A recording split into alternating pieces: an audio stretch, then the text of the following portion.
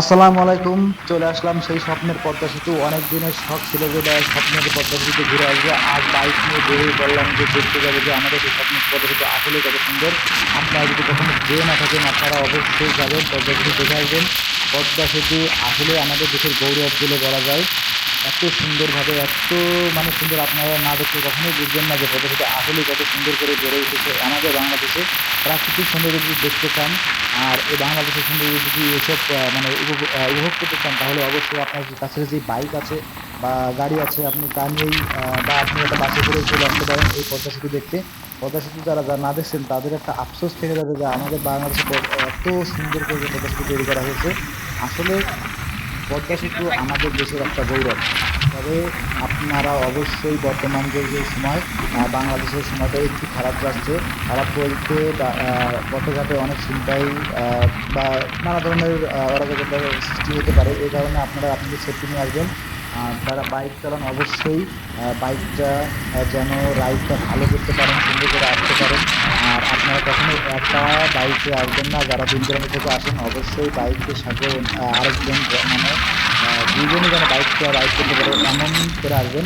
আমরাও দুজনে আসছি অনেক দূর থেকে, আমরা সেই শুধু ঝিনাইদহ থেকে আমরা সেই পদ্মা সেতু দেখতে আসছি।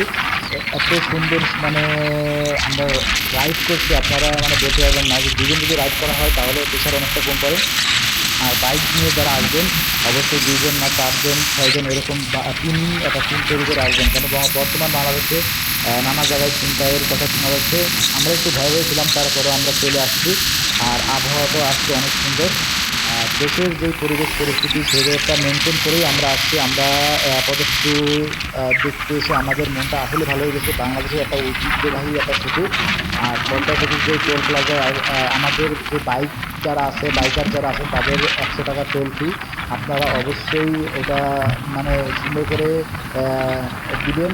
আর যদি অনেকে আছে যে টোল না দিয়ে যারা চলে যাচ্ছেন, বর্তমান সময়ে হয়তো প্রশাসনের একটু সমস্যার কারণে টোলে প্লাজায় মানুষ নাই বা দুই তিনজন আছে, আপনারা এটাকে করবেন না। এটা আমাদের জাতীয় সম্পদ, টোল প্লাজায় অবশ্যই টোল দিবেন।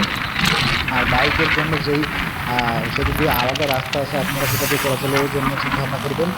তাহলে আপনি পদচারীকে সুন্দর করে চলতে পারবেন। আর কখনোই চিন্তা ভাবনা করবেন না যে বাইকটা একটু থামিয়ে একটু দেখি, এখানে একটা ছবি তুলি। আসলে এখানে কিছুক্ষণ পর পর লোক বসা আছে, তারা যদি আপনাকে দেখে তাহলে নানান সমস্যা হতে পারে। আর এখানে দাঁড়ানো বা দাঁড়িয়ে ছবি তোলা একদম নিষেধ। আমরা তারপরেও চিন্তা ভাবনা করেছিলাম যে একটু ছবি তুলবো বা একটু দাঁড়াইছিলাম, মনে হয় কয়েক সেকেন্ড, 5 সেকেন্ড 7 সেকেন্ড দাঁড়াইছিলাম। দাঁড়ানোর পরে আমাদেরকে এখানে দাঁড়ানো দেয়নি, তারা এসে আমাদেরকে বলছে এখানে এখানে দাঁড়ানো যাবে না, এখানে দাঁড়ালে অনেক সমস্যা আছে। আমরা দেখতে চাচ্ছিলাম যে আসলে কত নিচু, আমরা দেখছিলাম।